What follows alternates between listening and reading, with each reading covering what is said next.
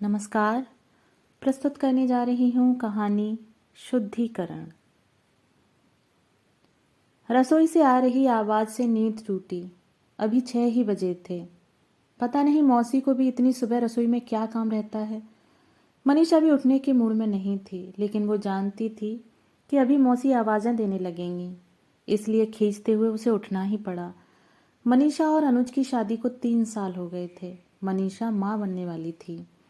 उसे 7वां महीना चल रहा था, इसलिए उसकी देखभाल के लिए अनुज ने मौसी को विशेष आग्रह से अपने यहाँ बुलाया था।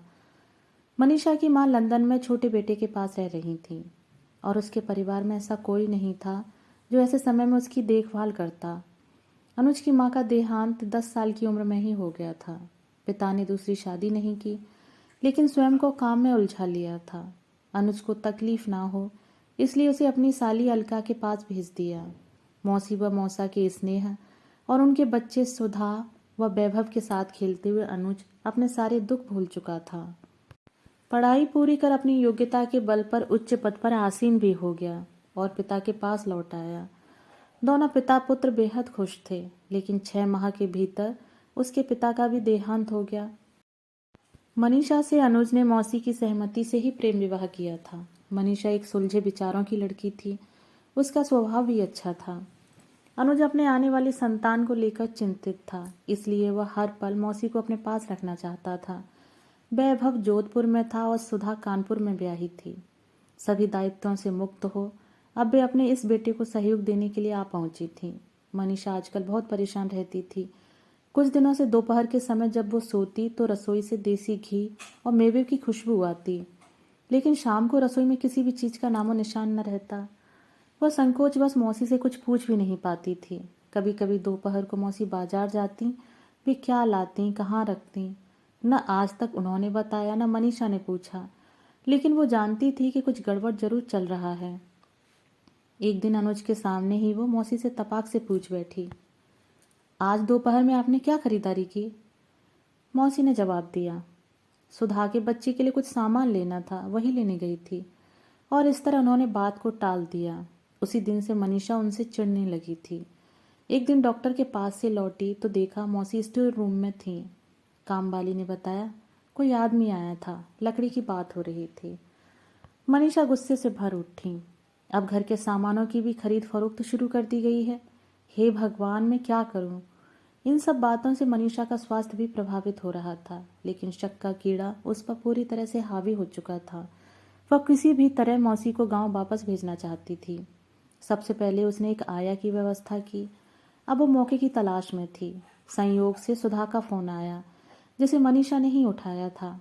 सुधा ने बताया, राजीव बाहर गए हैं और उसकी तबीयत भी ठीक नहीं है। अगर माँ 10-15 दिन के लिए आ सकें तो। बस मनीषा ने इस मुद्दे को इतना बढ़ा दिया कि हम अपने स्वार्थ के लिए मौसी को नहीं रख सकते, सुधा को उनकी ज़रूरत है। इस तरह की कई बातें उसने कह डाली। एक तीर से 2 शिकार हो गए। वो महान भी बन गई और उसकी समस्या भी सुलझ गई।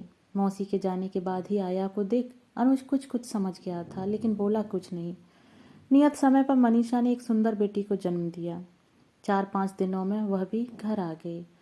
अब आया को रात में भी रुकना था, इसलिए उसे मौसी वाला कमरा साफ करने को कहा।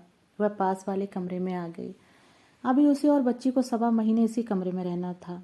उसके पश्चात दोनों की शुद्धि पूजा तथा बेटी का नामकरण होना था। ये सारे नियम मौसी समझा कर गई थी, इसलिए अनुज ने वैसी ही व्यवस्था की। मनीषा लेटने जा ही रही थी कि अनुज ने उसे एक लिफाफा दिया और कहा, मौसी ने दिया था, कहा था जिस दिन तुम घर आ जाओ उसी दिन तुम्हें दूं। इतना कहकर अनुज बाहर चला गया। मनीषा ने लिफाफा खोलकर पत्र पढ़ना शुरू किया। प्रिय बेटी मनीषा, आज तुम माँ बन गई हो, बधाई। मुझे पोता हुआ है या पोती, जो भी है उसे ढेरों आशीष। बेटी, मुझे माफ़ करना, मैं तुम्हारे साथ नहीं रह पाई। मैं तो शुद्धि पूजा के बाद ही जाना चाहती थी, लेकिन सुधा के लिए पहले ही जाना पड़ रहा है। मेरे कमरे में तुम्हें वो सारी चीज़ें मिल जाएंगी जिसकी तुम्हें ज़रूरत है। बेटा, ये सारी चीज़ें तुमसे छुपा कर रखनी पड़ी। कहते हैं जन्म से पहले कुछ खरीदारी नहीं करनी चाहिए, इसलिए मैंने सुधा के बच्चे के नाम से ही ये सारी चीज़ें जुटा ली थी। तुम्हारे लिए लड्डू बना कर रखे हैं। डॉक्टर ने गरिष्ठ खाने से मना किया था, इसलिए चखा भी नहीं पाई। हाँ, पूजा वाले दिन के लिए बच्चे का पालना उसके दादाजी की आराम कुर्सी की लकड़ी से बनवा कर रख दिया है, उसे उसी पालने में डालना। दादाजी का आशीर्वाद भी तो जरूरी है। मैंने अनुज को सब बता दिया है, अपना ख्याल रखना। जाना जरूरी है इसलिए जा रही हूँ। तुम्हारी मौसी अलका। पत्र समाप्त हो चुका था। आया सिर के पास सारा सामान लेकर खड़ी थी। जनवरी की इस ठंड में भी मनीषा पसीने से लथपथ हो गई। उफ, कितने छोटे मन की थी मैं, जो मौसी रात दिन मेरे और मेरी संतान के लिए सोचती रही। उन्हें ही घर से भगाने के लिए मैं हरदम परेशान रही। तभी अनुज मोबाइल लिए अंदर आए। मौसी का फ़ोन था। औपचारिक बातें हुई। मनीषा के मुंह से आवाज़ नहीं निकल रही थी। अंत में उसने इतना ही कहा, जब तक आप नहीं आएंगी आपकी पोती का नाम नहीं रखा जाएगा। आपको मेरी कसम, जो मना किया। मौसी ने हंसकर कहा, अरे मैं तो ऐसे ही आ जाती, इसमें कसम देने की क्या ज़रूरत है। अनुज को आश्चर्य में छोड़ मनीषा सोच रही थी। तन से और नियम से तो वो 1.25 महीने बाद शुद्ध होगी, लेकिन उसकी आत्मा का शुद्धिकरण आज हो ही गया। आया के हाथ से मौसी की बनाई रजाई लेकर उसने बिटिया को ओढ़ा दी।